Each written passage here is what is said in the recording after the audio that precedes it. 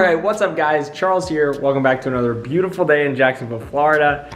I myself am actually about to head out for a workout, and I was already thinking about afterwards, like how am I gonna recover from this?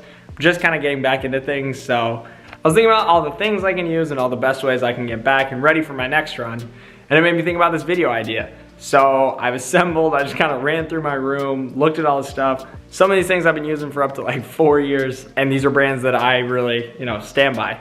I want to say as well, this is not a sponsored video. Trust me, I wish it were. But it's really just my honest opinion, things I already owned and things I've already been using. Some I got in my time at Stanford, and some I've been using all the way since high school.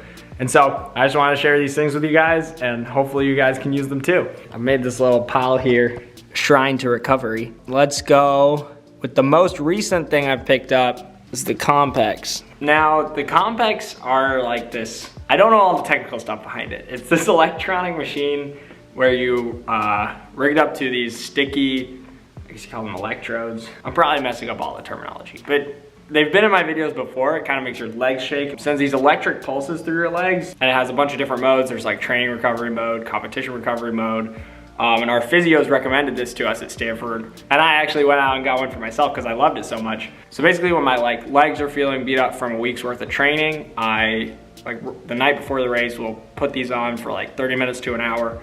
In my personal experience, it feels like it flushes out a bunch of the lactic acid and just makes my legs feel a lot fresher than they would have otherwise. In terms of actual tangible returns, like the difference between actually using it and not using it, I think this is probably one of the stronger products where you're not really wondering if it's just a psychological effect. You really do feel the difference. And so if you're able to get one of these, I think it's a great pre-race tool, and even just after a workout tool, as long as you don't mind setting up the electrodes, which can take a little bit of time. All right, next thing I'm gonna grab is compression tights. I adopted these, oh, you're rocking a little bit. I adopted these 2XU, 2XU, not really sure, compression tights right before I was going into my freshman year of college. I was working in a running shoe store and I saw the product. I really liked the idea behind it, which is just kind of like the Compex flushing lactic acid out of your legs by increasing blood flow through compression. And so I tried them on while I was at the store and I had a pretty good experience with them. Thanks to the employee discount, it was a lot easier to just try stuff on back then. When I was working longer shifts or just trying to get a fresher feeling in my legs after a run, I felt like these were really useful. So I kind of graduated from that to the night before every workout, I'll sleep in a pair of these. I don't know, I just really like the way it feels. And I usually take them off like right as I'm getting ready for the workout, and my legs always feel great. So a pair of compression tights can be a really useful tool if you feel like your legs are just a little beat up. And for me, it comes the most in handy when I kind of have that feeling like, wow, I wish I had an extra day to recover before I'm doing this. Or I wish I just had a little bit more time. I'm getting that feeling where, I'm kind of fighting against fatigue. These tights kind of just help me, get that feeling of having an extra day of rest while still maintaining a pretty strenuous workout schedule. Now I'm grabbing the Normatex next because one, it's probably gonna be the most well-known brand, at least it's the brand I knew the best. They're basically these giant blow-up pants that squeeze your legs, but they basically push the blood through your legs just like the tights, but pretty tight around your legs. You can sort of get the same feeling with about like 30-ish minutes of sitting in them. And so it doesn't really need much explanation. It's kind of like the compression tights, but I think this option is going to be a lot more expensive, but I know that they're super popular among college teams, professional teams, and very heavily endorsed. So I like them both. I think they're both great options. It's really about what you want to invest in, and for me it was really about ease of travel, ease of use, and so I kind of leaned more towards the compression tights. But when I have an opportunity to sit down and get into the Normatex, it does feel like it's a little bit stronger of a compression experience. So yeah, Normatex are also a great option. Hydration. When I'm training in Florida right now especially, it is so important. I mean, I'm sweating a ton out here. It's super hot. I'm waiting for the sun to go down right now. That's why I'm making this video, but I'm still gonna be drenched at the end of the workout regardless. So I kind of have alternated between two brands in the past. I really like Noon, but it is very expensive.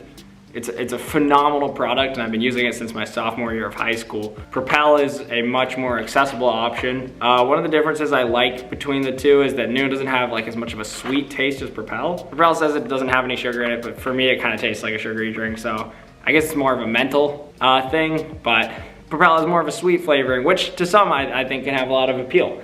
So I think that's gonna be a lot of personal preference, but basically, the idea is that make sure you're getting your electrolytes back in after any difficult effort, especially if you're in a drier state and you don't think you're sweating as much. You probably are. It's just evaporating quicker. So make sure you're hitting that afterwards. It'll replenish your body and you'll feel a lot better faster.